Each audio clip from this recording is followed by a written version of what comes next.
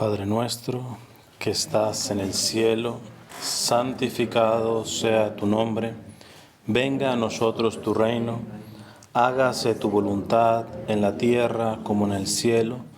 Danos hoy nuestro pan de cada día. Perdona nuestras ofensas, como también nosotros perdonamos a los que nos ofenden. No nos dejes caer en la tentación y líbranos del mal. Amén. En nombre del Padre, del Hijo y del Espíritu Santo. Amén. Pues bueno, vamos a esta tercera y última charla. Y en la misma temática del don de la piedad. Y ahora lo vamos a aplicar a cosas muy concretas, muy específicas, aunque se mencionaron en algunas de las dos pasadas, ya cuestiones concretas. Básicamente mucho lo voy a basar en este beato que les digo, Charles de Foucault, o Carlos de Foucault, y un discípulo espiritual que él tuvo que se llama Carlo Carretto, un italiano. Primero, evidentemente cuando se reconoce a Dios como Padre, porque la fe ilumina mi razón, ya tengo la virtud de la piedad. Cuando me confirman, el Espíritu Santo me da el don de la piedad, que es diferente, porque este toca la voluntad para poder amar como Dios Padre, amar a Dios Padre, dejarme amar por Él, y fruto de este ida y vuelta, poder amar, extender el amor de Dios Padre. Y evidentemente el primer factor en donde estamos obligados a expander el amor que procede de recibir el amor del Padre y yo amar al Padre, eso se ve reflejado evidentemente en la primera célula de la sociedad, que es la familia. De hecho, más que la familia, el matrimonio, y después la familia. Dice Charles de Foucault, el beato, el estado matrimonial no es una expiación. Esto de expiación es para que se entienda, porque, digo, el chiste está bien, ¿verdad? Decir que uno se casa, ¿verdad? Para purgar sus penas y todo ese tipo de cosas, ¿verdad? Pero evidentemente es una cuestión de broma que se hace,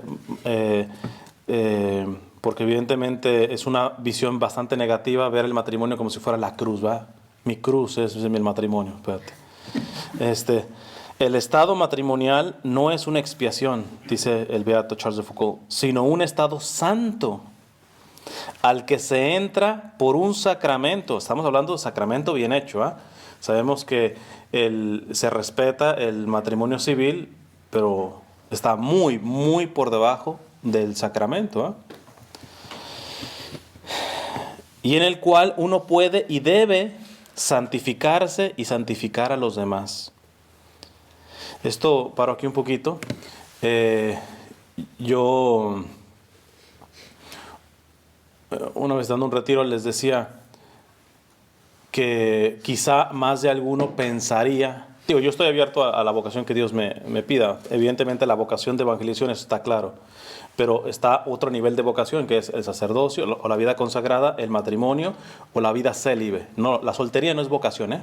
Quedarse soltero no es vocación. La soltería, de hecho, significa suelto, no del estómago, sino que no tiene compromiso, ¿eh? Entonces, las personas que se quedan solteras sin pretender quedarse solteras, que saben que su vocación es la vida consagrada o el matrimonio, o la vida célibe, vamos a decir, no, la vida célibe ya no, matrimonio y solamente vida consagrada, y que se quedan solteros, ¿por qué? Porque no quieren dejar solos a los papás que ya están enfermos y todo eso. Eso tiene mucho valor, ¿verdad? Y es discriminatorio que le digan solteronas o solterones, ¿verdad?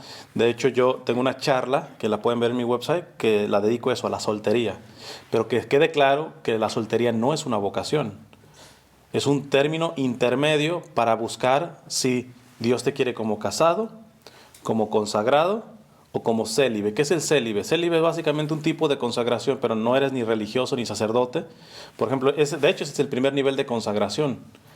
Las primeras cristianas, había un grupo que les llamaban las vírgenes, el orden de las vírgenes, y eran laicas simplemente. No eran parte de un convento ni nada por el estilo, pero tampoco eran casadas. Pero al decir yo no me voy a casar ni voy a ser consagrada, sino voy a quedar célibe, no soltera, porque el soltero todavía está viendo en dónde Dios le llama. El célibe dice, yo ya no me voy a casar. Por lo tanto, el célibe no puede andar coqueteando ni nada por aquí ni nada. ¿Va? No se va a casar, pero ya consagrado, se ha consagrado de alguna manera al Señor, pero no dentro de un aspecto monástico o religioso de alguna congregación. Entonces yo les decía, miren, yo puedo estar abierto y todos tenemos que estar abiertos, salvo los que ya han hecho la decisión. No es que un casado diga, no, pues ahora sí voy a discernir a ver qué Dios pide. No, ya tienes tu esposa, no tienes que discernir nada más, ¿ok?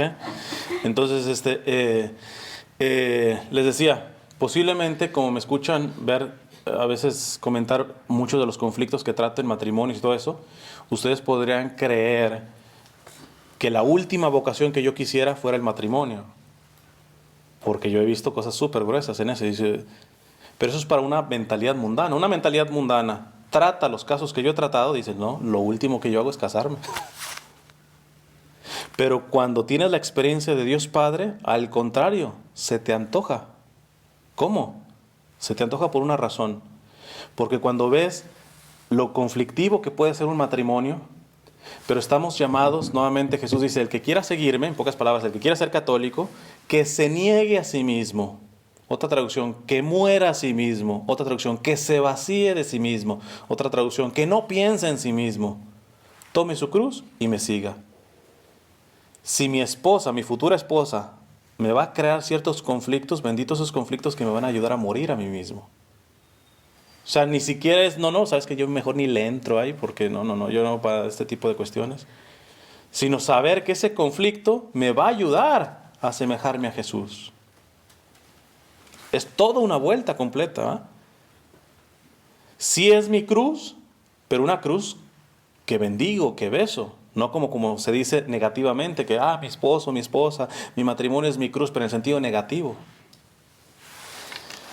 Dice Charles de Foucault, ser padre de niños, el estado matrimonial no es una expiación, no es un aguantar.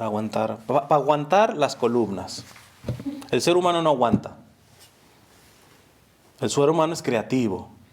Se me viene a la mente una conferencista, una amiga que conozco hace tiempo, y pues ahora ya es una conferencista bastante famosa, y por muy conferencista católica y que sea, pues al fin y al cabo mujer.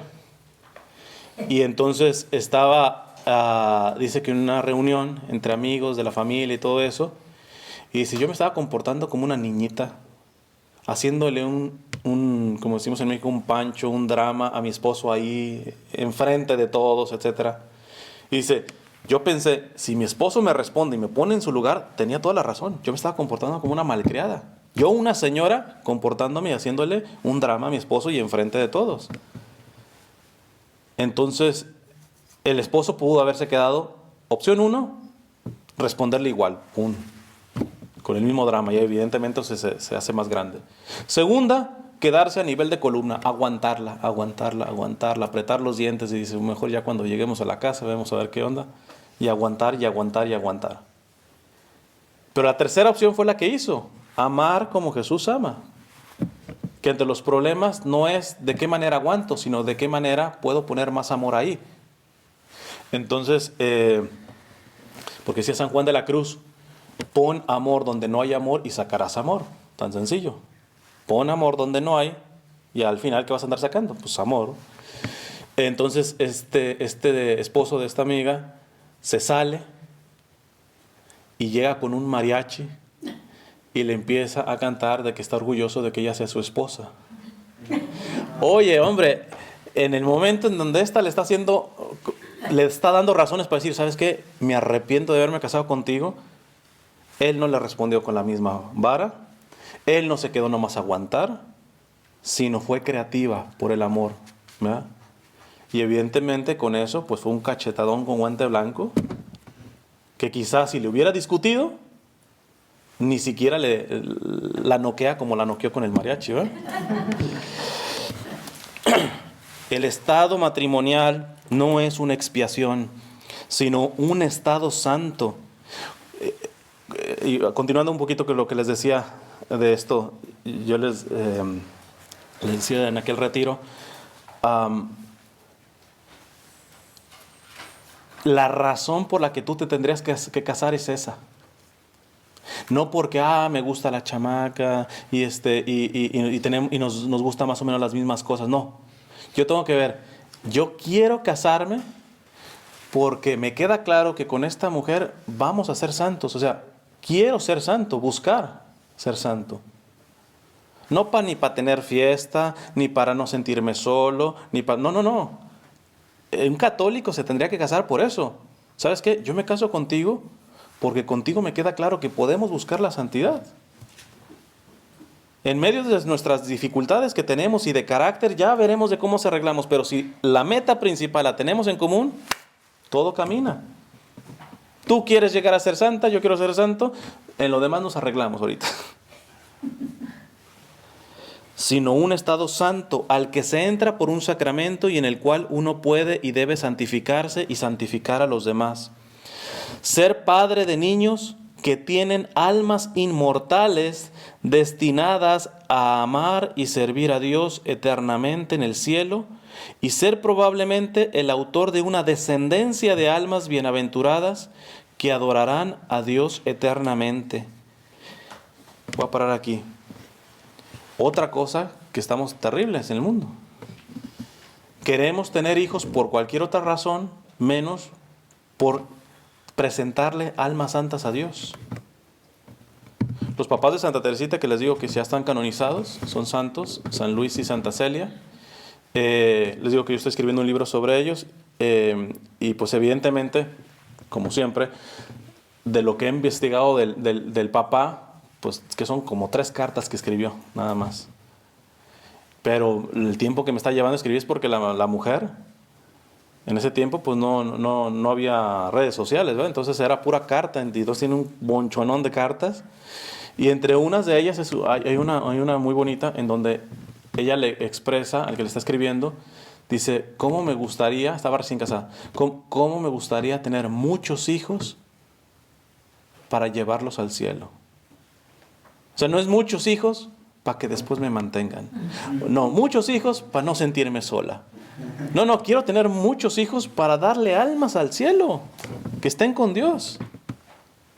Mira qué diferente es eso.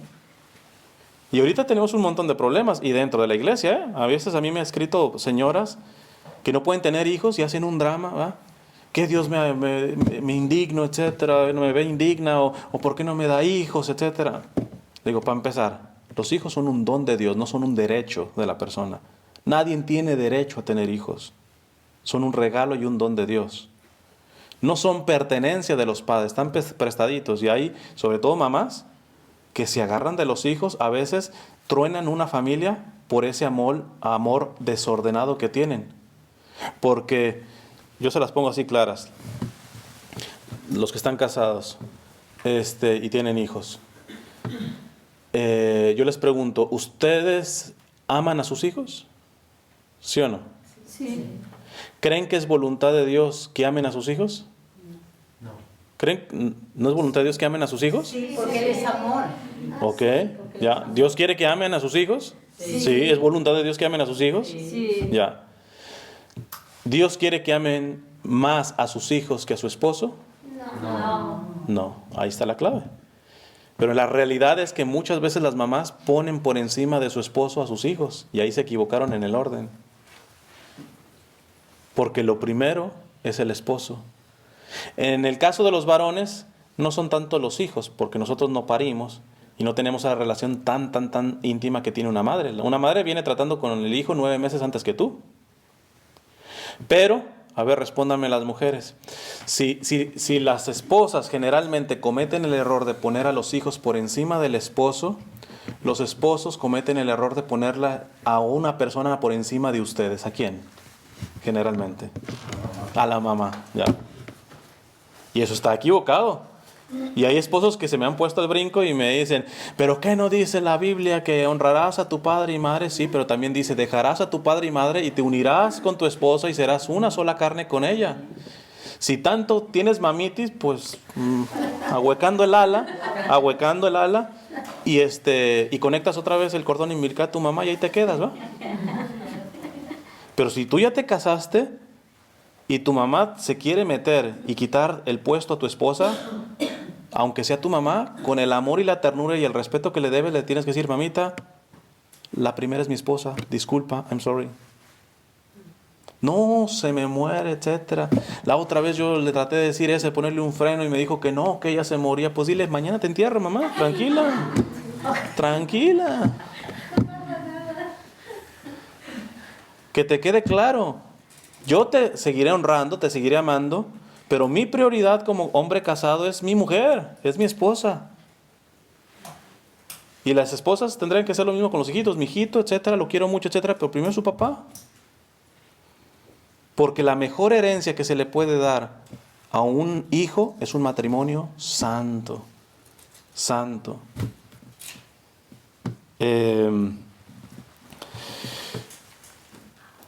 Ser padres de niños que tienen almas inmortales destinadas a amar y servir a Dios eternamente en el cielo. Qué grandeza la de esta vocación admirable. Y cuánto bien hace un santo casado en el mundo. Cuánto bien hace un santo casado en el mundo.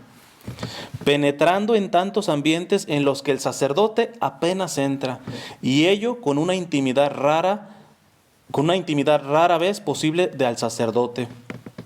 Como saben, les había dicho que yo en mi adolescencia estuve dentro de un seminario. Ahorita soy un misionero laico, un laico como ustedes, pero evangelizando a tiempo completo. Y me queda claro, yo puedo experimentar las diferencias. Como misionero laico, Dios me abrió un campo en donde si yo fuera sacerdote, no entraba. Los laicos tienen sus ventajas, claro. También tienen sus desventajas. Por ejemplo, no sé, me meto en un ambiente, por ejemplo, en la Florida, pude trabajar con gente que está dentro del modelaje, las chicas y todo esto, y me daban ganas de ser sacerdote porque tú te enteras que lo primero que necesitan es una buena confesión. Entonces tiene sus pros y sus contras. Entonces ahí es donde vemos que en la iglesia nos complementamos.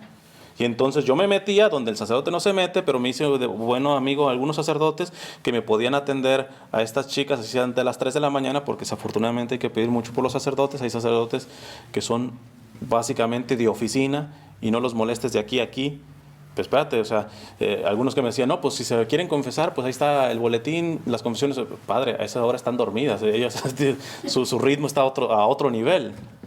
Pero bueno, gracias a Dios conseguí ciertos sacerdotes que arden por las almas y me podían atender una muchacha si sean de las 3 de la mañana. Esa es la complementariedad que se tiene y que se debe tener en la iglesia.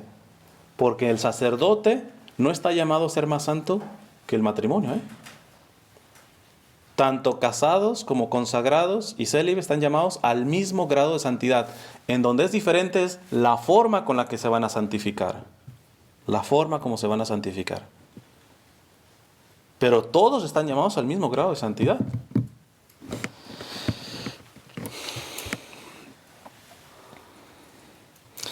Qué grandeza la de esta vocación admirable, y cuánto bien hace en un santo casado en el mundo, penetrando en tantos ambientes en los que el sacerdote apenas entra, y ello con una intimidad rara vez posible al sacerdote. El papel del casado católico es conducir al sacerdote las almas alejadas de Dios, que fue lo que le termina haciendo. Lo único necesario, dice Charles de Foucault, lo único perfecto para nosotros es hacer la voluntad de Dios, sea la que sea, seas sacerdote, seas casado, seas lo que seas, tú tienes que medir por si estás haciendo la voluntad de Dios aquí y ahora. Dios quiere que muchas almas vivan en el matrimonio. De hecho, a la mayoría Dios las llama al matrimonio. ¿Por qué? Porque ¿qué los sacerdotes los agarramos de las plantas o qué onda? ¿De dónde salen los sacerdotes? ¿De dónde salen las monjitas? ¿De dónde salen los consagrados? Sino de una familia. Y una familia que procede de un matrimonio. Y ahorita, si da tiempo, hablamos del conflicto que está pasando en la humanidad. De 2 matrimonios, uno se divorcia. Y todo ese tipo de cuestiones vamos a ver cómo se orientan de acuerdo a la fe. Pero hay que quedar claro. Podemos ser compasivos con los que han pasado una mala experiencia, etcétera, pero le tenemos que decir las cosas claras. ¿Ese es el proyecto de Dios? No, el proyecto de Dios es que sea un matrimonio santo y una familia santa. Lo demás no significa que están desterrados. De alguna manera Dios trabajará, pero hay que aprender a decir, porque a veces uno ve a mamás. Me acuerdo una vez una mamá y católica y toda la cosa, y pone en el Facebook bien emocionada, su hijo embarazó a la novia. Qué feliz me hacen de hacerme abuela. Vieja loca, o sea, y se da de católica y todo eso. Evidentemente, gracias a Dios no abortaron el bebé, etcétera, pero ese es el plan de Dios, que su hijo anda embarazando a la novia, que se rejunten, como decimos, porque hasta lo que sé, ni siquiera se han casado. Que se embarace, etcétera, no significa que se tengan que casar. El matrimonio no puede ser por una obligación de un embarazo, ese tipo de cuestiones. Pero vamos, o sea, usted no se puede estar alegrando de que sus hijos no están haciendo las cosas como Dios las pide. No estoy diciendo que los vamos a agarrar a golpes y los vamos a torturar, pecadores. No, no, no. Vamos a ver de qué manera se puede reorganizar la cosa. Pero seamos claros, ¿ese es el proyecto de Dios? El proyecto de Dios es que su niño haya embarazado a la novia y ahora se rejunten y tenerla usted como una abuela súper feliz. ¿En qué está pensando, señora? Apoye a sus hijos, pero esto no es una cuestión para que usted esté aventando cohetes y ¡ay, qué bonito que me hicieron abuela! Porque este no es el plan de Dios. Y ese es el problema, que ahorita familia y matrimonio le llamamos a cualquier cosa. Y por eso estamos desbaratando la sociedad. Y si se desbarata esta célula, se afectan las vocaciones, porque nuevamente las vocaciones de dónde salen, se afecta a todo lo del mundo. Lo único necesario, lo único perfecto para nosotros es hacer la voluntad de Dios, sea la que sea. Dios quiere que muchas almas vivan en el matrimonio, quiere que en Él se santifiquen, en Él se compenetren y se unan íntimamente a Él, como Santa Mónica, San Luis, Santa Isabel, Santa Francisca de Roma. El estado más santo, el más bello, el más perfecto, el más deseable para nosotros es aquel que Dios quiere para nosotros, sea el que sea. Si tú estás llamado al matrimonio, sé bien casado, sé bien papá, sé bien mamá. Porque decía un cardenal que estuvo bastantes años recluido en una cárcel solo en Vietnam, lo arrestaron, el cardenal Van Thuan. Y cuando salió, bueno, lo desterraron a Roma y ya él murió, y creo que está su proceso de beatificación. Pero el cardenal Van Thuan decía una cosa bien interesante. Decía, parte de la crisis de la iglesia es que tenemos laicos queriéndose clericalizar y clérigos que se quieren laicizar. ¿Qué significa esto? Laicos que se quieren sentir casi como consagrados o monjitas, etc. No, tú no eres ni sacerdote ni monjita, ¿va? Y a veces en las parroquias ves casi como mini párrocos, ¿va? O a veces laicos que casi les toca mandar hasta el párroco, ¿va? Se sienten los mejores ahí en la parroquia, ¿va? Eso hace un dañísimo terrible.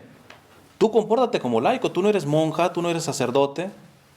Y también el sacerdote, ¿cuál es el problema? Que a veces se quieren comportar más como si fueran laicos. Señor sacerdote, compórtese como lo que es, sacerdote. Vea lo que dice Charles de Foucault. El estado más santo, el más bello, el más perfecto, el más deseable, no dice, es el sacerdocio, es el matrimonio. No, para nosotros es aquel que Dios quiere que quiere para nosotros, sea el que sea.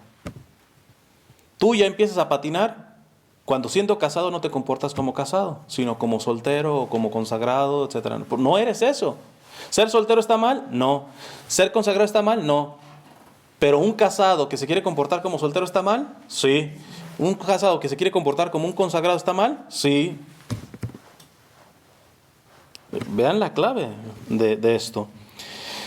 Sigue diciendo Charles de Foucault, si Dios le quiere casado, es en este estado donde podrá santificarse mejor, glorificar mejor su nombre, hacer que venga su reino a usted y a los otros, cumplir su voluntad aquí abajo como los ángeles la cumplen en el cielo.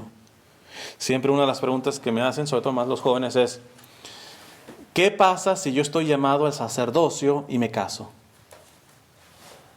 Dios me tiene llamado al sacerdocio y me caso. ¿Qué pasa? ¿Quedaré maldito por toda la eternidad o qué onda? No.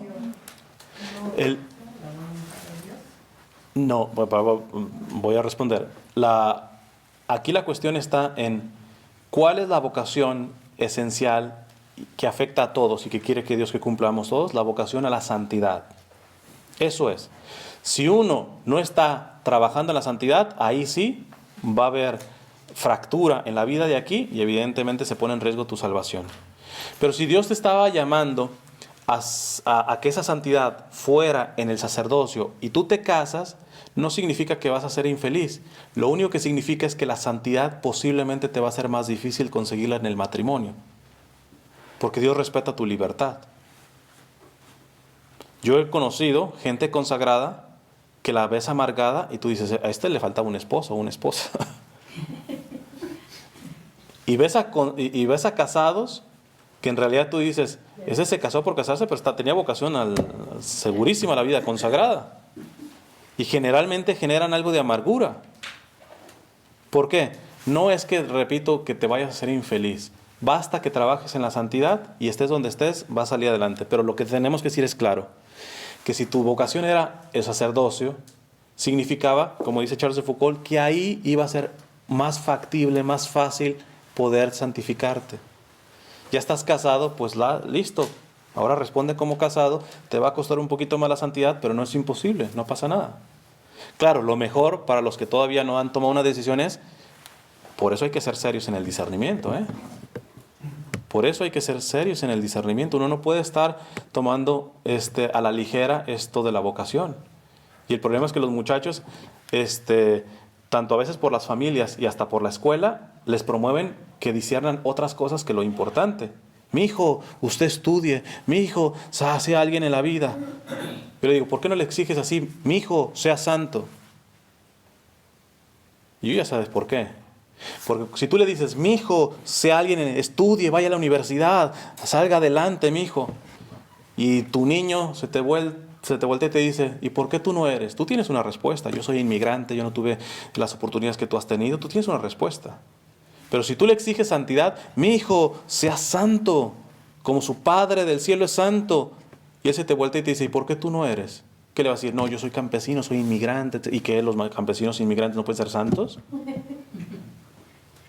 Es más fácil promoverles que disciernan en qué realizar, qué trabajo van a tener. No, lo primero que tenemos que ayudar a los muchachos, a los jóvenes, es discernir su vocación esencial, la santidad. Y segundo, consagrado, matrimonio, etcétera. Porque empiezan a elegir carreras, etcétera. Me acuerdo de un amigo sacerdote que dice que tenía una amiga que toda su vida la proyectó en sacar su carrera. Y hacer un grado, y un posgrado, y un doctorado, y era una empresaria, y una ejecutiva, y de aquí arriba. Eso está bien. Pero de pronto pasaron los 40 años y no se dio cuenta. Espérate, uy, quiero ser mamá. Pero que too late.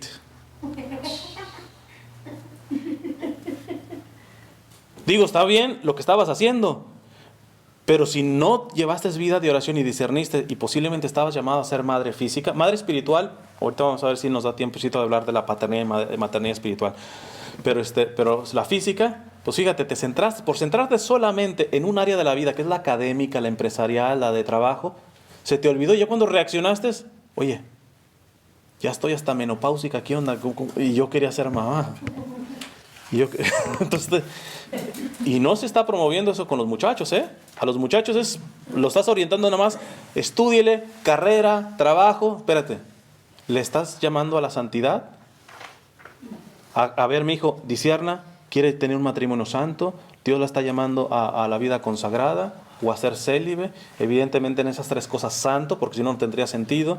Eso es algo más esencial. No significa que lo demás, la carrera, el estudio y todo eso esté mal, pero esas son cosas secundarias. Porque soy médico, pero en realidad yo solamente soy médico cuando practico medicina estrictamente. Imagínate que yo me comportara como médico 24 horas al día. Salgo del hospital y llego a mi casa y le hago un chequeo a mi mamá, y le hago un chequeo a mi esposa, etcétera, y le empiezo a hacer análisis. ¿Quién aguanta eso?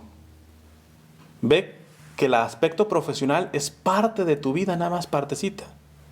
En cambio, la vocación a la santidad, las 24 horas tienes que ejercer santidad, ¿eh? Tú no agarras la santidad, si eres verdaderamente, estás creciendo en la santidad, tú no agarras la santidad y la pones en un gancho y te vas y te duermes un poquito y luego te la vuelves a poner. No, 24 horas. La vocación del matrimonio y la vida consagrada son 24 horas. Precisamente porque hay infidelidad, porque de pronto un esposo se quita su vestido de casado, lo pone a un ladito, pues ahorita me puedo tener una aventurilla por aquí, ya saltó una liebre por ahí, pues listo, vamos. Y no. Entonces, fíjate que es más esencial pensar en esto porque esto tiene que ejercer 24 horas y la carrera y la profesión no se ejercen ni siquiera 24 horas.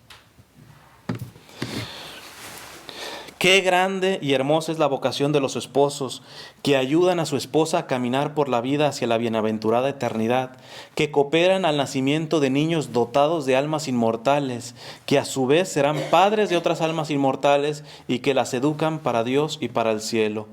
Yo creo que una de las mayores victorias de unos esposos es ver que cuando sus hijos se casen, propaguen más santidad en lo que serían en este caso tus nietos.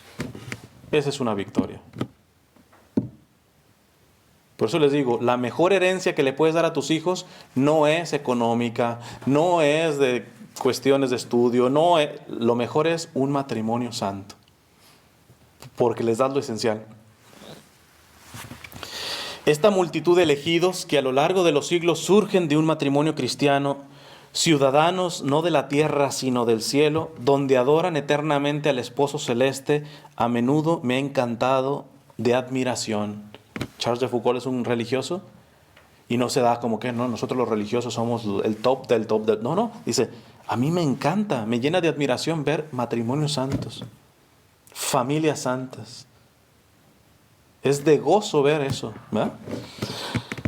Dice, las repugnancias físicas, las debilidades desaparecen. El sacramento del matrimonio les dará la nueva fuerza. Como les decía, mira, si con la que te estás casando es lo más importante aquí, es que como matrimonio y como familia vamos a ser santos. En lo demás va a haber diferencias, etcétera, pero ahí nos arreglamos. Si me equivoco, te pido perdón, tú me perdonas y ahí vamos caminando. Pero estamos claros en que la meta es ser santos. Tener un matrimonio santo y una familia santa, ¿va? Y de ahí todo lo demás se arregla.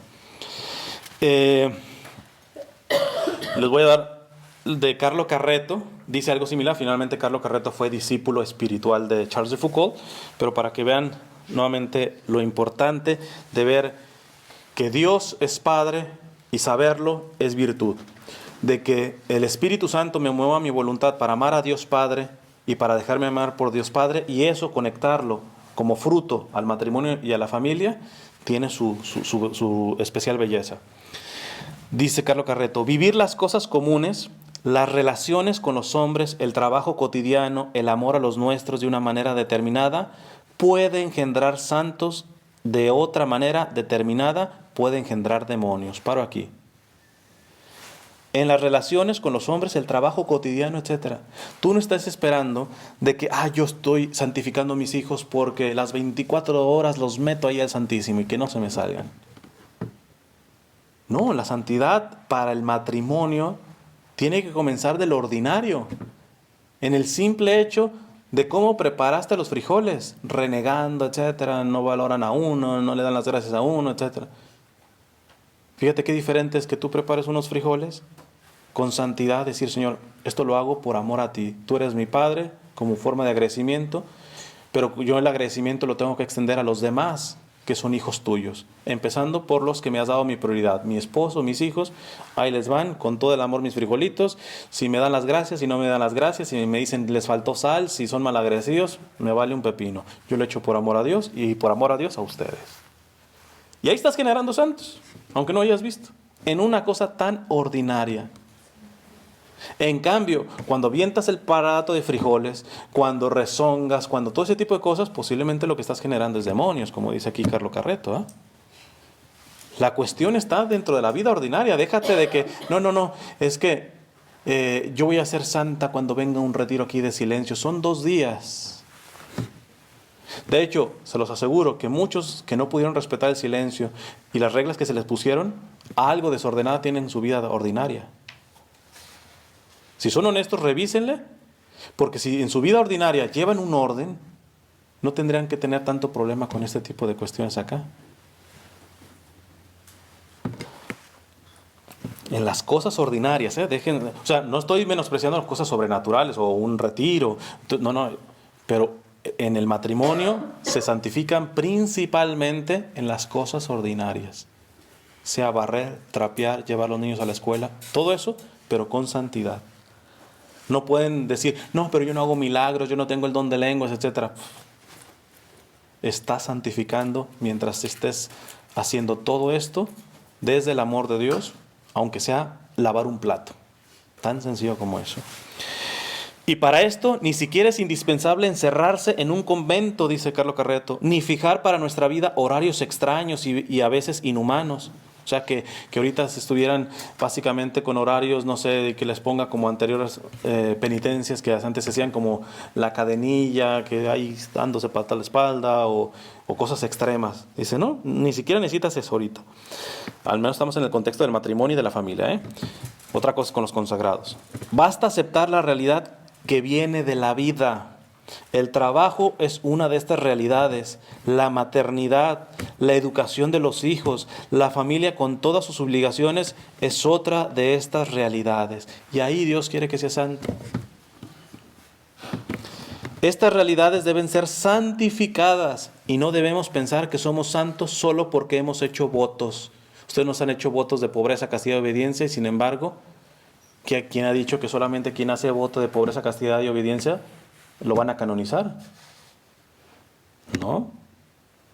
Por eso, desde el Papa Juan Pablo II se promovieron en especial procesos de beatificación y canonización de laicos. ¿Por qué la mayoría de santos son consagrados, son sacerdotes o religiosas? Pues por obvio, pertenecen a una comunidad religiosa que sabe cómo se maneja la cuestión de meter una causa de beatificación, etcétera. Pero se los aseguro que más de uno de nosotros hemos conocido a alguna persona que ya falleció y que verdaderamente era santa, pero tú ni sabes ni cómo llevar este caso a la arquidiócesis y decir, ¿sabes qué? Pueden analizar esto y posiblemente puede ser un futuro santo que se canonice. Y desde Juan Pablo II, él motivó mucho a eso. Y por eso cada vez los santos que ahorita se están canonizando, muchos son laicos. Entonces, no creamos que solamente ser consagrado es digno de ser canonizado, no. Si no se han canonizado suficientemente laicos son por cuestiones administrativas, de que no se han metido esos casos. Pero yo estoy segurísimo que hay igual o hasta el doble de santos laicos, ¿verdad? Aquí la cuestión es de que si tú estás siendo santo y de canonización, y si tú motivas a tus hijos a que sean santos, no buenecitos, santos y de canonización, independientemente si los canonizan o no. Sigue diciendo Carlo Carretto, esa extraña mentalidad de considerar como materia de vida espiritual solamente las horas de lectura y oración, de no tener en cuenta las horas de trabajo y de relaciones sociales, por tanto las horas más numerosas, es motivo de grandes deformaciones, de verdaderas torsiones y en el mejor de los casos, de personalidades religiosas anémicas o raquíticas. ¿A qué está refiriendo aquí? Hay un extremo. Hay gente que sí va mucho al Santísimo y se las da de rezar el rosario y todo eso, pero no está trabajando. Después eso no lo lleva a la familia, a su esposo, a sus hijos, a su grupo, a su ministerio, a los que tiene alrededor. Y eso evidentemente hasta es una mala promoción para la fe, porque dice, pues tiene una vida doble. Sí, tiene una vida doble. Entonces, fíjense lo importante de que la vida espiritual se pueda cada vez encarnar, pedirle al Señor, dame la chance de que la adoración que te estoy dando a ti, después se torne en caridad a los que tengo al lado. Yo no quiero darte una mala publicidad, Señor. Todo el hombre debe ser transformado por el mensaje evangélico. No hay en él acción que pueda ser indiferente. Todo contribuye a santificarlo o a condenarle. Todo. El comer, el barrer, todo. Nazaret es la vida de un hombre, de una familia, en toda la amplitud de la actividad humana. Es la manera de vivir durante 30 años, esos 30 años que vivió Jesús, de manera ordinaria. Ordinaria. Solamente 3 años de vida pública y milagros y todo eso, pero 30 años Jesús los vivió como los vive un laico, trabajando en su familia, en su pueblo. Y no podemos decir, Jesús solamente mostró su santidad en los 3 años de vida pública. Sería una herejía terrible, un error doctrinal terrible. Jesús fue igual de Dios y de santo en esos 30 años de una vida ordinaria. Es la manera de vivir durante 30 años, por tanto, durante el mayor tiempo a disposición para realidades humanas destinadas a pasar por el crisol de la fe, de la esperanza y de la caridad. Ahora vamos a ver que la mayor providencia de Dios Padre es darnos a su Hijo de formas también muy concretas. El amor de Dios Padre no solamente se toca a nivel espiritual, sino nos da a su Hijo, evidentemente que se encarnó, y además, muy en específico, de formas muy concretas, se nos sigue dando a Jesús. Por ejemplo, ¿de qué manera el Padre nos sigue amando dándonos a su Hijo? De manera concreta, a través de la oración. Oración personal y comunitaria, ¿verdad? Porque el tiempo que tú has tenido para poder orar, ahí está presente Jesús en la oración. Y está presente, ¿por qué? Porque el Padre te sigue dando a su Hijo único, amadísimo. Pero también en la oración comunitaria, el mismo Jesús lo dijo: cuando 2 o 3 se reúnen en mi nombre a orar, ahí yo estoy presente. Entonces, si está Jesús presente, tenlo en cuenta que es una cosa que hay que agradecerle al Padre, porque es el Padre quien manda al Hijo, ¿eh? Entonces, esos son actos concretos del amor de Dios para nosotros. Entonces, en la oración, el Padre nos sigue amando. ¿Por qué? Porque en la oración sigue estando presente con su Hijo, Jesucristo, y evidentemente en el Espíritu Santo. Dice Charles de Foucault: hay que emplear pocas palabras, habla de la oración, nada de grandes discursos, nada rebuscados. De hecho, esto lo dice también Jesús: cuando oren, no oren como los fariseos y eso que se le gastan en palabrerías y dale y todo eso. No, fíjate, es algo similar a lo que está diciendo Charles de Foucault. Hay que emplear pocas palabras, nada de grandes discursos, nada rebuscados, palabras sencillas. Hay que dejar hablar al corazón, que nuestra oración sea así, larga por el tiempo que le consagramos, corta por las frases que usamos en ella. Te la repito, nuestra oración tiene que ser larga por el tiempo que le damos o le consagramos, corta por las frases que usamos en ella. Que esté hecha de gritos del corazón más que de la boca, que esté hecha de gritos del corazón, repetidos tan a menudo como nuestro corazón tenga deseo de hablar, que claman a su Padre con toda libertad y toda sencillez, repitiendo las mismas palabras tantas veces cuanto se experimente la necesidad. Así nos conformaremos a todos los preceptos y ejemplos de nuestro Señor respecto a la oración. Rezaremos largo tiempo, con pocas palabras, llamando con insistentes golpes a la puerta del corazón de Dios. Una vez, yo pues traigo mis tarjetitas, y mis tarjetitas tienen mis datos, mi website, todo ese tipo de cosas, pero atrás trae una oración. Y a veces, si ando en el metro, en alguna parte, de vez en cuando, si el Señor me pone, la doy. Mira, aquí una oración, pues si la quieres hacer, listo. Y una vez se la di a una protestante y me dice: no, yo ya oro. Le digo: pero sí, listo, pero esta oración, mira, te puede servir. No, yo no hago cosas que ya están escritas, así repetitivas y todo eso, ¿eh? Y le digo: ¿cuál es el problema con que sea repetitivo? Sí, no, ustedes católicos hacen oraciones ya escritas, eso no es oración. Ni se diga lo del rosario que tienen ustedes, es una repetidera y eso no es de Dios. ¿Y por qué no es de Dios? Por eso, porque es repetitivo. Esto tiene que ser espontáneo. Espérate, nosotros por ser repetitivo no significa que quitemos la oración espontánea. También hacemos oración espontánea, pero lo repetitivo tiene un sentido. Digo, fíjate, ¿qué sería de tu vida si tu corazón estuviera pum, pum, pum, pum, pum? ¿Qué pasaría si tu corazón dice: no, voy a hacer pum, intentar unas 3 horas en darle el otro pum, y entonces te me mueres, ahí se te descontrolas? Benditas repeticiones las del corazón. Benditas respiraciones del corazón. ¿Qué pasa con la respiración? También es una y otra y otra. ¿Qué pasa si 3 horas así? Pues ya estarás morado, ¿eh? Al ratito. Entonces esta parte de la oración repetitiva tiene su sentido en cuanto a esta simplicidad que está hablando aquí Charles de Foucault, ¿va? Fíjense, un ejemplo también de oración de Charles de Foucault le dice al Padre, porque estamos tratando todavía lo de la piedad, que tiene que ver con el Padre, del amor del Padre.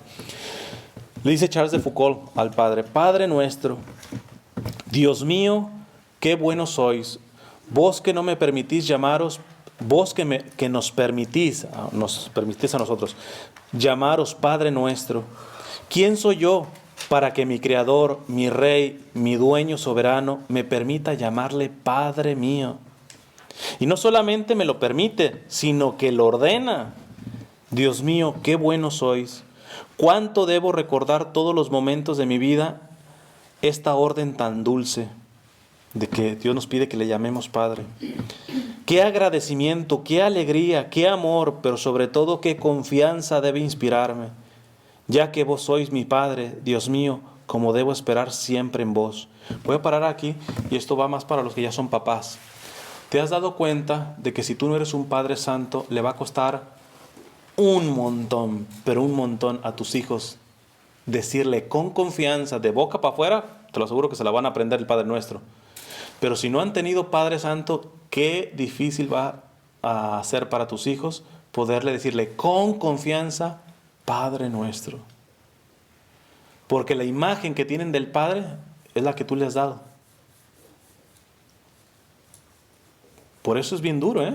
Por eso es la referencia, porque si Dios nos ha dicho que le llamemos Padre, la referencia de un niño del Padre, ¿quién es? Pues su papá biológico.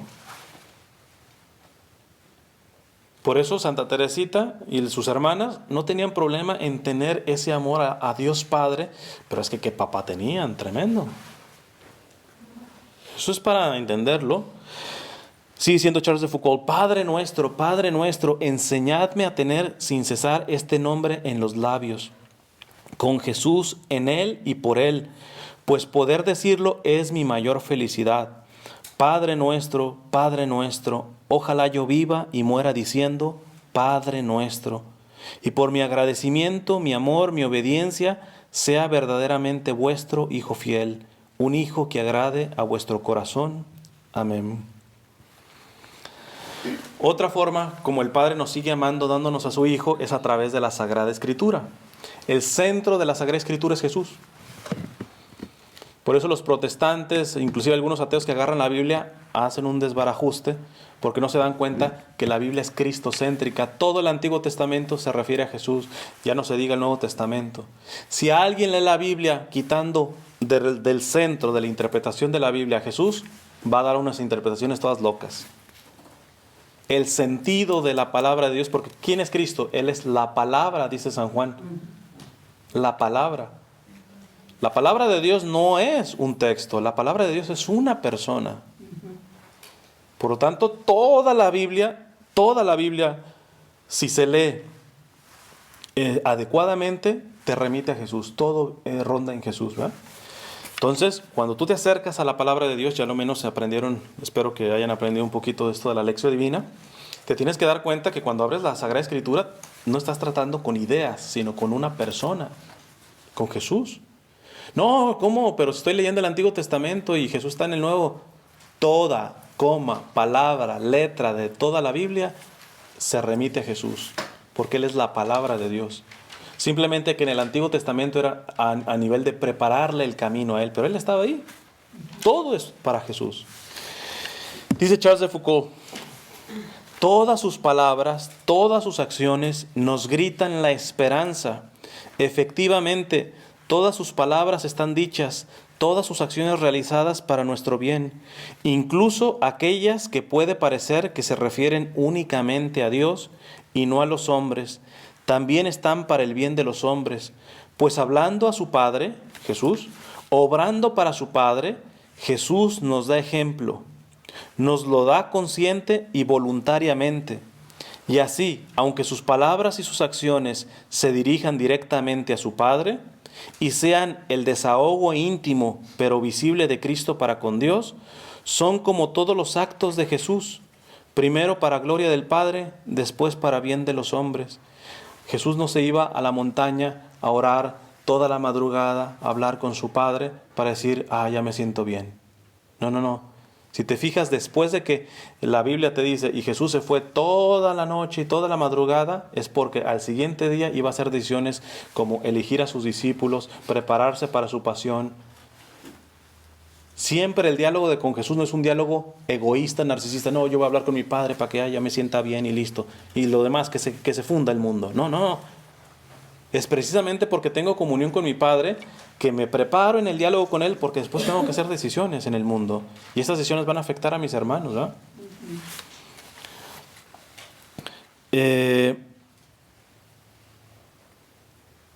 Nos da la consciente voluntaria, y así aunque palabras y sus acciones se dirijan directamente a su Padre y sean del desahogo íntimo pero visible de Cristo para con Dios, son como todos los actos de Jesús, primero gloria al Padre y después para bien de los hombres. Quien solamente se queda en la oración y que mucho, te quiero mucho Dios y todo eso, y no es para bien de los hombres, algo anda mal. Y también alguien que me dice, yo ayudo tanto a los hombres, pero no te relacionas con el Padre, eso no está bien, no anda bien. Todo lo que dice y hace Jesús, todo lo que de Él refiere en los evangelios, tienen su fuente primero en el amor a Dios, después en el amor a los hombres, de cara a Dios. Tú no vas a poder amar a tu esposo si antes no amas al Señor. Tú no puedes darle un tiempo digno a tu esposo o a tu esposa si antes no le das un tiempo digno a Dios. Y así vale, aplícale con tus hijos y con el trabajo. Por eso esto es importante. Esto es importante, el hecho de tener una vida eucarística, ¿eh?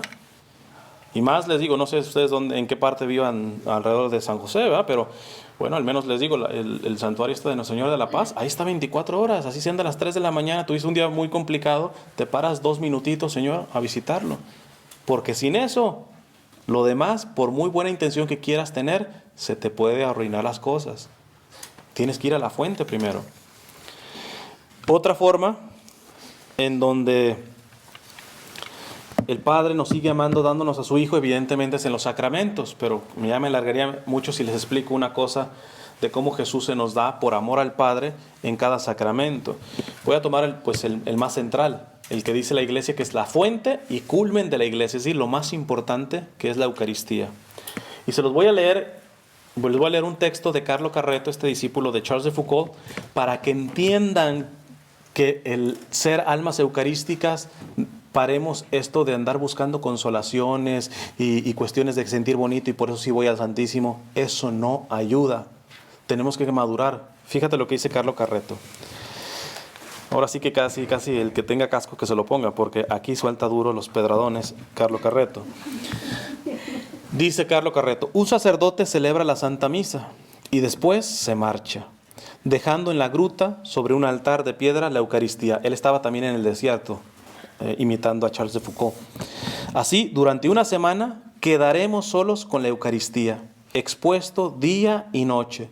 Silencio en el desierto, silencio en la gruta, silencio en la Eucaristía.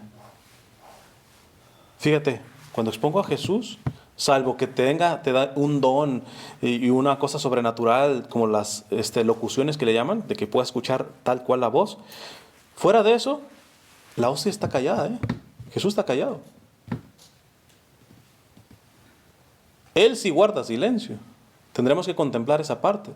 Aquí Carlo Carretto dice, de las experiencias que tenía en el desierto, una semana. Y sí respetando el silencio. ¿Pero por qué? Porque esa semana le iban a pasar solamente con Jesús Eucaristía. Nada más. No charlitas, no nada, nada. Una semana en el desierto, sin aire acondicionado ni nada por el estilo. Una semana en silencio absoluto. ¿Pero por qué? Porque solamente estoy en la presencia de Jesús, que Jesús también está en silencio. Y ahí vienen pedradones, dice, no hay oración tan difícil como la adoración de la Eucaristía.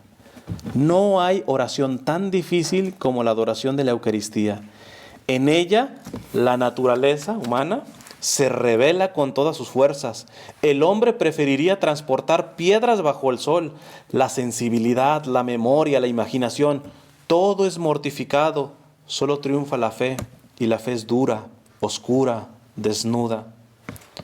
Ponerse ante lo que tiene el aspecto de pan y decir, ahí está Cristo vivo y verdadero, es pura fe. Pero nada alimenta más que la fe pura, y la oración de la fe es la verdadera oración. No se siente gusto en adorar la Eucaristía, me decía un novicio. Pero es precisamente esta mortificación del gusto lo que hace sólida y verdadera la oración. Es el encuentro con Dios más allá de la sensibilidad, más allá de la fantasía, más allá de la naturaleza. Y es este el primer aspecto del despojamiento. Mientras, ojo con esto, mientras que mi oración permanezca anclada en el gusto, serán fáciles los altibajos. Las depresiones seguirán a los entusiasmos efímeros. Será suficiente un dolor de muelas para liquidar todo el fervor religioso, debido a una emoción sentimental. Te la repito esta. Y este es el primer aspecto del despojamiento. Mientras que mi oración permanezca anclada en el gusto, serán fáciles los altibajos. Las depresiones seguirán a los entusiasmos efímeros, o sea, de ratitos, bien entradote y bien consagrado al Señor, pero son ratitos así como llamarada de petate, ¿verdad? Rápido, se enciende y rápido se apaga. Será suficiente un dolor de muelas para liquidar todo el fervor religioso debido a una emoción sentimental. Tienes que despojar tu oración, me dijo el maestro de novicios. Tienes que simplificar, desintelectualizar. Ponte ante Jesús como un pobre, sin ideas, pero con fe viva. Permanece inmóvil en un acto de amor delante del Padre. No trates de alcanzar a Dios con la inteligencia, no lo conseguirás nunca. Alcánzalo con el amor. Esto sí es posible. Aquí, en esta última frase, describió la virtud de la piedad y el don de la piedad. ¿Dónde está la virtud? La virtud es entender con tu razón que Dios es Padre. Pero si quieres alcanzarlo solamente entendiendo, pues ya te fregaste.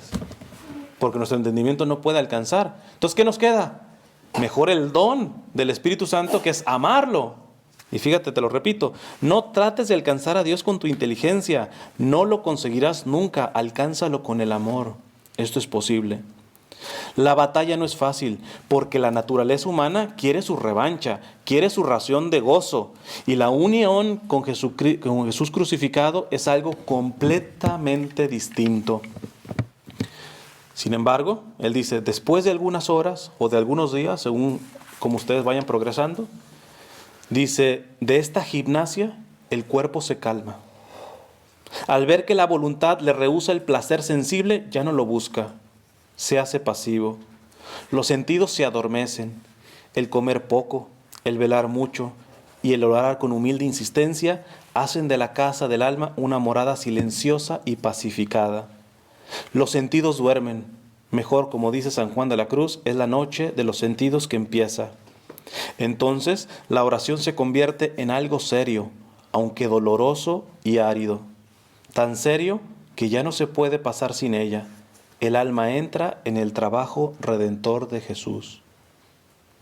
Esto lo fue los que realmente hicieron las cosas como se debían de hacer, pudieron quizá experimentar un poquito de esto. Que era complicado el ayuno al principio, que era complicado el silencio, pero como perseveraron, ya después hubo una calma. Fue al principio donde no podía soportar. Y el que se venció. Entonces fíjate esta importancia, sobre todo para hacer almas eucarísticas serias. Paremos con esto, paremos con esto de ser almas eucarísticas mientras toquen la guitarrita, mientras haya un cantito, mientras pueda decir y alabar a Dios, etc. No está mal todo eso, repito, pero si queremos empezar a madurar, entendamos esto, que la oración se convierta en algo serio, aunque doloroso y árido. Finalmente, el Padre nos ama dándonos a su Hijo a través del prójimo. Por eso decimos Padre nuestro, no Padre mío. Padre nuestro. Ahora, ¿quién es mi prójimo? Pues muchos, podríamos hablar muchos. Yo nomás te voy a decir 3. Primero, para que lo descubras al Señor ahí, porque es el amor del Padre dándolo. Tú no vas a poder amar a Dios Padre si no te dejas amar por Él. Y ya te está amando en la oración. Si no tienes oración, no te estás dejando amar por Él. Por lo tanto, ¿será que amarás a Dios Padre? No lo vas a amar. te ama en la Sagrada Escritura, te ama en los sacramentos, muy en especial en la Eucaristía. Si tú no tienes vida de sacramentos, si no tienes lectura de la Sagrada Escritura, ¿te estás dejando amar por Dios Padre? No. ¿Será que si no te dejas amar por Dios Padre, lo vas a amar? No, porque no puedes dar lo que no has recibido. Igual con el prójimo. Entonces, primero, el prójimo es la humanidad entera. Ya les expliqué en la segunda charla. ¿Por qué? Porque ciertamente no todos son hijos por el bautismo, pero todos somos hijos en el sentido que somos creados por Dios. Fíjate lo que dice Charles de Foucault. Pero también, como vos sois tan bueno conmigo, qué bueno he de ser yo para los demás, le está diciendo al Padre. Ya que vos queréis ser mi Padre y el de todos los hombres, ¿cómo debo tener para cualquier hombre, por malo que sea, los sentimientos de un tierno hermano? Por tanto, confusión, agradecimiento, confianza y esperanza inalterable, amor filial hacia Dios y fraterno hacia los hombres. Cuando tú te has dejado amar por Dios y ves la ternura, la paciencia que Dios te tiene, tú dices, ¿qué onda? ¿Por qué no puedo tener lo mismo con el prójimo? Sigue diciendo Charles de Foucault, ¿cómo debemos valorar a todo ser humano? A todo ser humano. La Iglesia tiene una cosa que se llama doctrina social de la Iglesia y uno de sus principios es la dignidad inviolable de todo ser humano. No hay una sola razón que la Iglesia apruebe para que se viole la dignidad de un ser humano, aunque sea un criminal. Por eso esto es lo último que dijo Trump, de que los inmigrantes eran animales. Bueno, los medios lo dijeron así de manera mentirosa, porque se estaba refiriendo a las pandillas nada más. Entonces, pero aunque solamente le hubiera dicho a las pandillas, tú no le puedes quitar la dignidad ni siquiera a un pandillero. Ni siquiera a un pandillero. Nadie puede violar la dignidad humana, ¿verdad? Y él se atrevió a decir que ya no eran hombres, que ya no eran personas, sino animales. Otra cosa es que hagan cosas de animales, eso es diferente. Un ser humano puede hacer cosas animales peores que animales, de bestia, como el aborto. Un animal no aborta, intencionalmente no aborta. Nosotros sí. Eso es bestial, no animal, bestial. Pero acá estamos hablando no de acciones, estamos hablando de la dignidad que nadie te puede arrebatar. Precisamente una persona que ha hecho tanto mal, ¿por qué puede regresar a Dios? Porque su dignidad, cuando la descubre, regresa a lo que verdaderamente es. Porque el que anda mal, el demonio lo engaña. Tú eres lo que estás haciendo. Y Dios lo que te dice, no, tú no eres lo que estás haciendo. Los actos pueden cambiar. Y hoy tú ofendías y mañana tú puedes cambiar. ¿Por qué? Porque tu dignidad nadie te la puede arrebatar, ¿no? Dice, ¿cómo debemos valorar a todo ser humano? ¿Cómo debemos amarle? Es hijo de Dios. Dios quiere que sus hijos se amen entre ellos como un tierno padre quiere que sus hijos se amen entre sí. Amemos a todo hombre porque es nuestro hermano y porque Dios quiere que le miremos y le amemos muy tiernamente como tal, pues es hijo del Dios bien amado y adorado. Sigue diciendo Charles, vosotros sois todos hermanos, vosotros tenéis solo Padre que está en los cielos. Si hay hombres agresivos, injustos, cedamos a ellos cuando no se trata más que de bienes materiales y cuando esto puede hacerse sin lesionar la justicia y sin detrimento para las almas. Como hermanos piadosos y prudentes, ceden en cuestiones de bienes materiales a hermanos perversos para no lacerar la paz y la caridad. Paro aquí un poquito. Esto es un poquito lo que les explicaba. ¿Cuánta gente a mí me ha defraudado? Y lo que primero hago es decirle, Señor, no se lo tomes en cuenta. Primero, ¿por qué? Porque si se los toma en cuenta, sí les va a ir el día del juicio. Porque me quitan de lo que ni siquiera tengo, casi, o lo que necesito. Aquí lo que está diciendo es, si alguien te arrebata tus cuestiones personales, en vez de andar que con demandas y que aventándote al prójimo y todo eso, si no agrede cuestiones espirituales y cuestiones de justicia que afecten a otros, dale, no te lo va a pelear. Ni te lo va a demandar. Porque eres mi hermano. Y Dios me proveerá de otra manera. Ahora, no solamente materialmente, también espiritualmente. ¿Cuál es la actitud de un católico delante de una mentira o de una calumnia que te lanzan? La calumnia es hablar de ti, pero cosas falsas. Porque hay la parte de la difamación o el chisme, que son cosas verdaderas, pero son atrás de ti. Y eso también está mal. Pero evidentemente es más grave que todavía hablen atrás de ti y mentiras todavía. Eso es calumniar. ¿Qué tiene que hacer un católico cuando lo calumnian a uno? No defenderse. Nunca defenderse. El católico nunca se debe de defender de una calumnia. Entonces, no estamos hablando de retirarnos, porque si pues la calumnia la pueden estar dando a 3 kilómetros, ¿eh? O sea, cuando se calumnia, no se debe defender uno, salvo que en la calumnia afecten a segundas o terceras personas. Ahí sí, tendría que ser una defensa, pero por salvaguardar la fama de los intervenidos. Pero si solamente me están fregando a mí la fama, pues fríguenmela. Yo los perdono. Yo no voy a gastar tiempo en eso. Es básicamente un poco de lo que está diciendo aquí Charles de Foucault. Y sigue diciendo: con igual espíritu de paz y de caridad no rechazarán jamás un impuesto por abusivo que sea, serán mansos como todos los hombres, no rechazarán el mal. Estas son las reglas que les daba a sus religiosos, ¿no? Y hay un contexto evidentemente concreto de cuando lo estaba diciendo. Son diferentes los tiempos, pero para entendernos lo que hay de espíritu de esta recomendación. Sino que tratarán de vencer el mal por el bien, reservando la resistencia invencible y yendo hasta la muerte como la de los mártires para quien quisiera impedirles llenar sus deberes hacia Dios, ¿verdad? Esto también, por ejemplo, se aplica en el martirio.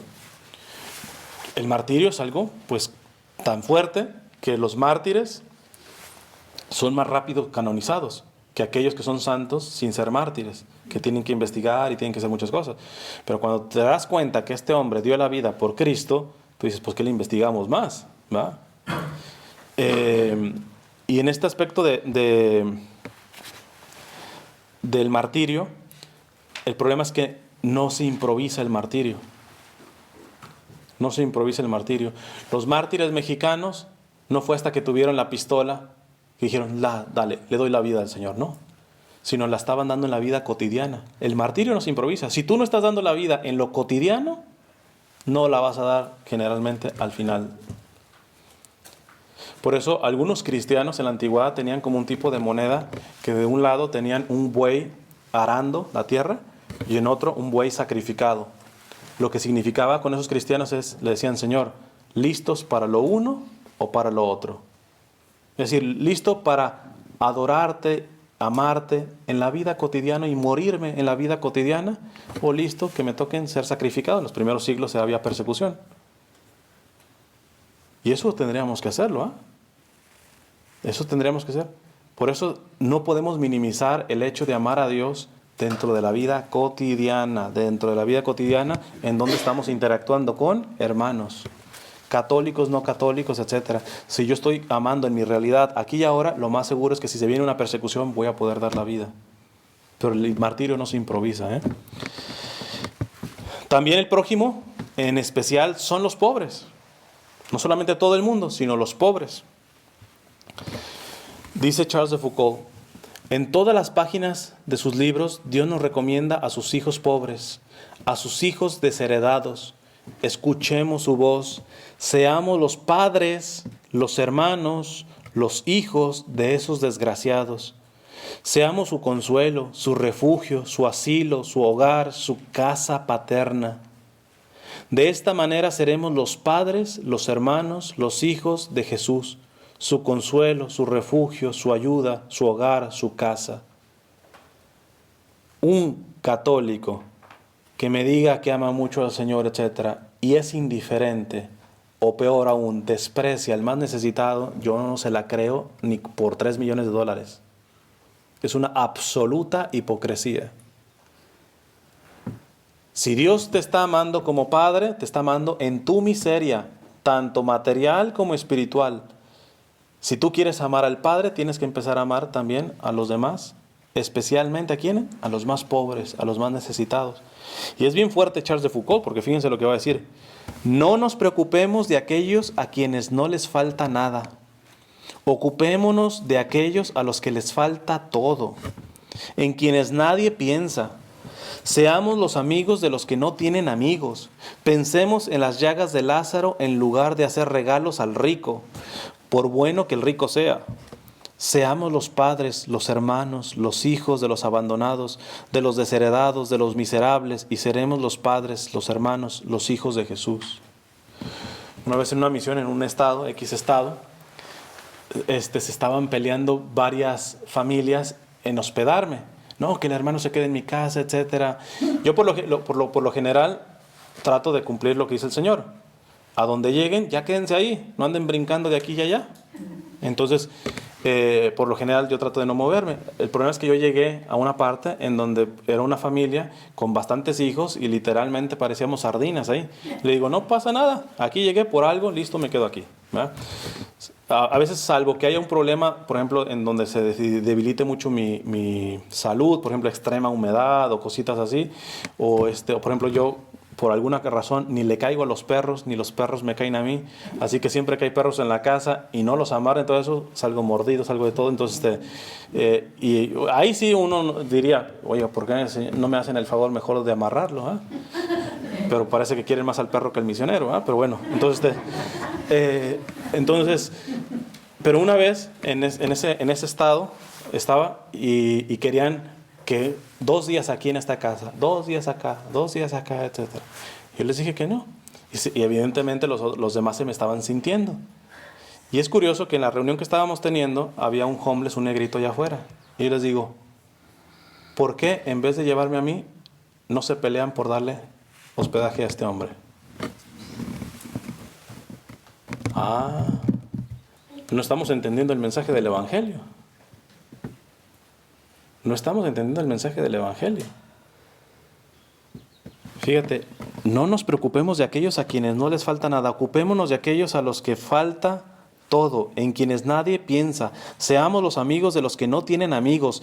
Pensemos en las llagas de Lázaro en lugar de hacer los regalos al rico, por muy bueno que sea el rico Seamos los padres, los hermanos, los hijos de los abandonados, de los desheredados, de los miserables, y seremos los padres, los hermanos, los hijos de Jesús. Los primeros padres de la iglesia, de los primeros siglos, también decían, ¿cómo es posible? Fíjate, ya desde los primeros siglos algunos cristianos andaban más perdidos que Adán en el Día de las Madres, o sea, de a tiro andaban perdidos, algunos que otros. Y decía, ¿cómo es posible que haya en ciertas comunidades cristianos que le laven las patas a su burrito y metan a su perrito e inclusive a su cama, se acuesta ahí el perrito, etcétera, y tu hermano allá afuera muriéndose de hambre y te da asco tocarlo? Y esto abunda aquí en los Estados Unidos, ¿eh? Se cuidan más los animales que los seres humanos. Sí. Somos todos hijos del Altísimo, todos, el más pobre, el más repulsivo. Me salto aquí. Dice Charles de Foucault que nos enfoquemos en los pobres y no en los ricos, pero eso no significa rechazar a los ricos, ¿eh? Fíjate lo que dice. Amemos a los ricos, porque también son hijos de Dios, pero no nos ocupemos de ellos porque no lo necesitan. Ocupémonos de los pobres, porque ellos necesitan de todo. Y porque Jesús nos lo ha legado como hermanos, sino como Él mismo, a quien hay que cuidar, alimentar, vestir, consolar, santificar, salvar, en definitiva, amar. Ellos son sus hermanos, nos dice, la familia que Él ha adoptado, la que nos ha legado. Es cosa nuestra ver si queremos aceptarla, su mano o rechazarla. Hay un principio en la iglesia que tendremos que vivir todos los católicos, ¿verdad? La opción preferencial por los pobres. No es exclusiva, porque hay teologías que han hecho eso. Han hecho una opción exclusiva de los pobres y entonces se han vuelto casi como marxistas, guerrilleros, ¿verdad? Duro contra los ricos, etcétera. Y el Papa, sobre todo Juan Pablo II, condenó ese tipo de teologías. No, nosotros tenemos que amar a todos, pobres y ricos. Lo que decimos es que la Iglesia Católica tiene la obligación, por amor a Jesús que se hizo pobre, de tener la opción preferencial por los pobres. Y Juan Pablo II decía, porque las necesidades de los pobres tienen prioridad sobre los lujos de los ricos. No hay problema en que un rico se pueda dar un lujo, pero cuando un rico se está dando un lujo a expensas de que al pobre le falte lo necesario, ahí sí hay un gran problema. La prioridad siempre la tienen los pobres, primero los pobres, ¿verdad? Finalmente,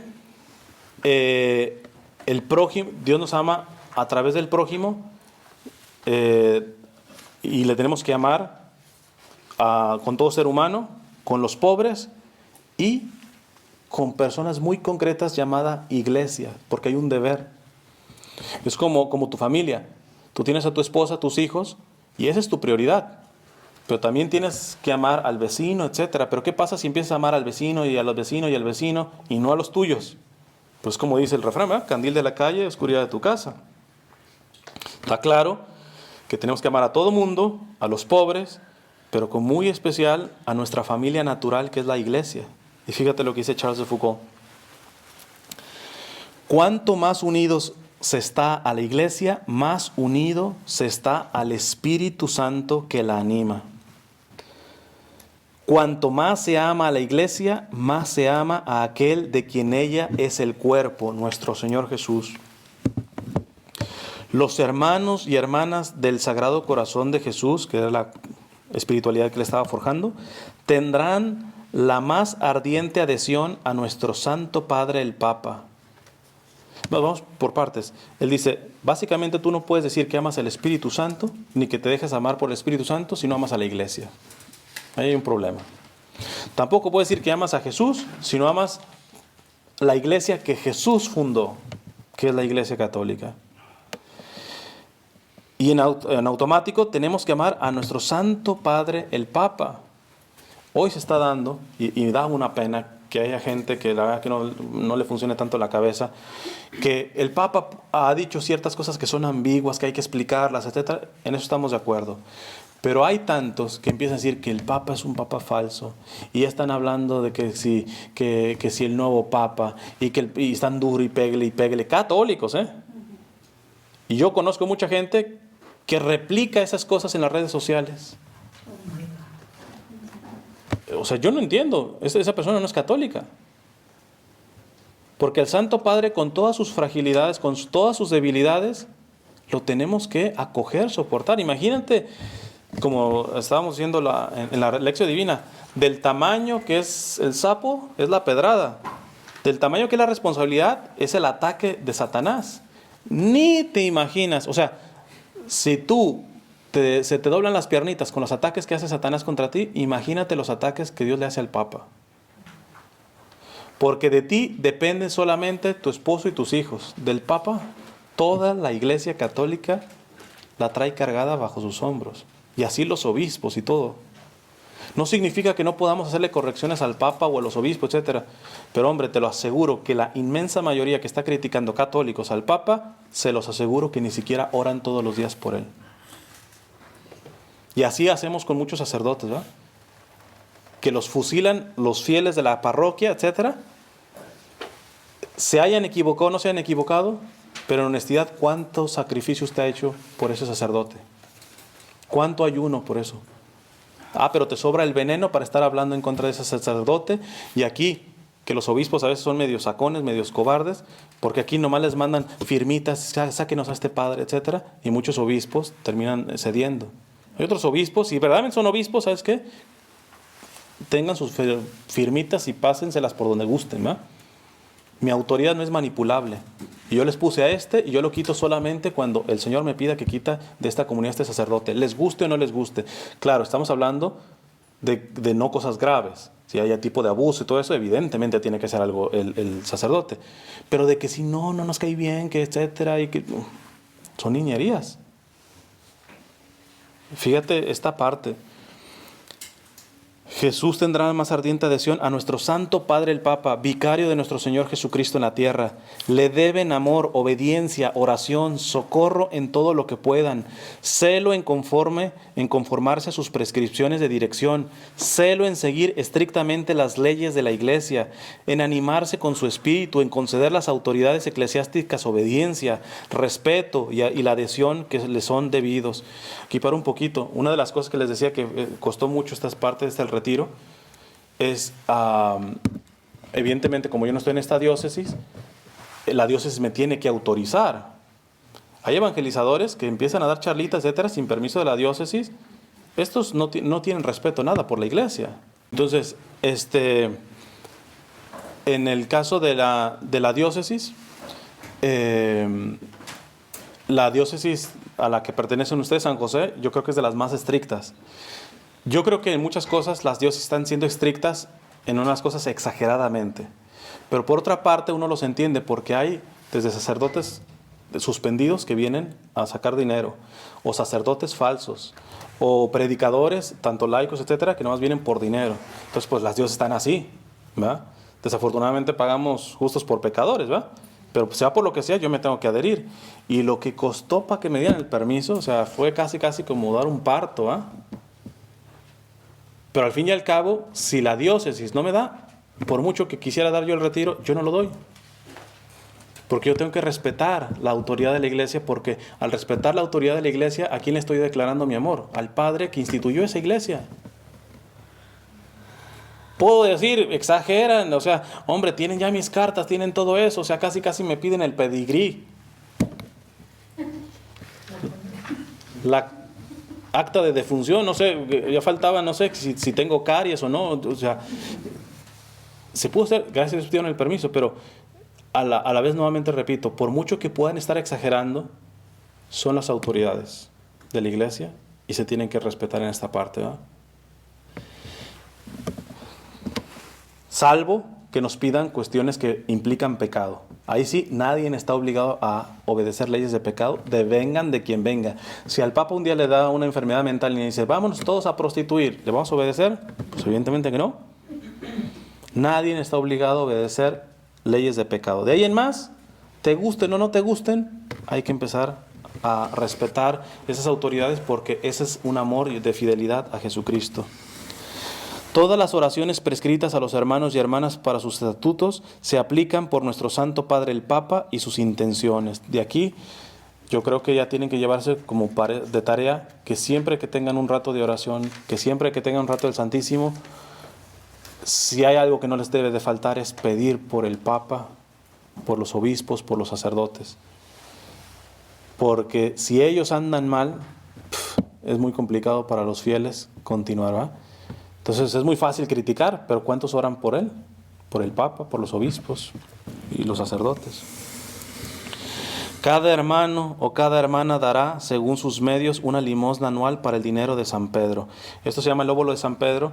Siempre hay una colecta que el Papa hace, evidentemente que va para caridad a los más necesitados. Pero eso, bueno, ya cada quien lo ve, de que tiene que, si vas a ayudar a los más pobres, por ejemplo, económicamente en alguna cosa, yo les recomiendo que sean cuestiones de la iglesia. Por ejemplo, hay una iniciativa muy buena, que es de las que dentro de lo poquito que yo a veces pudiera yo tener económicamente me gusta apoyar, se llama Ayuda a la Iglesia Necesitada. Es una organización que específicamente de la iglesia se especifica en lugares en donde hay persecución, en donde seminaristas están sin dinero para formarse, están ahorita en Siria y en Irak con todo el destrozo que hicieron los terroristas, ¿va? Tratando de construir toda esa parte, ¿va? Entonces, esta asociación se llama así, Ayuda a la Iglesia Necesitada. Y así hay muchas, los de Madre Teresa de Calcuta. O sea que si nos vamos a ayudar a nivel económico también, veamos que sean instituciones de la iglesia. Porque, de una vez les digo, muchas de las asociaciones estas que salen en la tele, civiles, de que ayudan a los pobres y que te mandan tu fotografía del niñito y todo ese tipo de cosas, me han dicho misioneros que están en África y en esas partes, que les llega lo menos de lo que tú has donado. Casi todo queda en burocracia, se queda en ciertos... O sea, es raquítico lo que les llega a ellos. Es más probable que con las iniciativas de la iglesia les llegue más, ¿verdad? Evidentemente se tienen que pagar ciertas cuestiones, ¿verdad? Pero es más fácil que llegue, ¿verdad? A esa parte. Vamos a terminar con una oración que escribió Charles de Foucault precisamente al Padre. Para mí es la mejor oración. Esta oración es lo primero que hago al despertar. Al despertar, lo primero que yo pronuncio en mi mente o con mi boca es esta oración. Y que creo que cierra todo esto del don de la piedad, que va referido a que Dios es Padre y que me tengo que dejar amar por Él como Padre y yo como su Hijo, y yo devolverle ese amor a Dios cuando el Espíritu Santo toque mi voluntad. Entonces, les pido que cierren los ojos, escúchenla y mientras la estoy haciendo, háganla en su mente esta oración.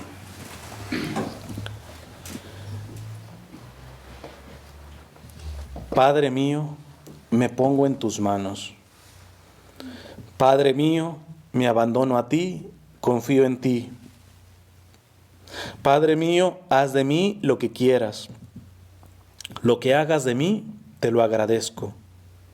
Gracias te doy, estoy dispuesto a todo, lo acepto todo.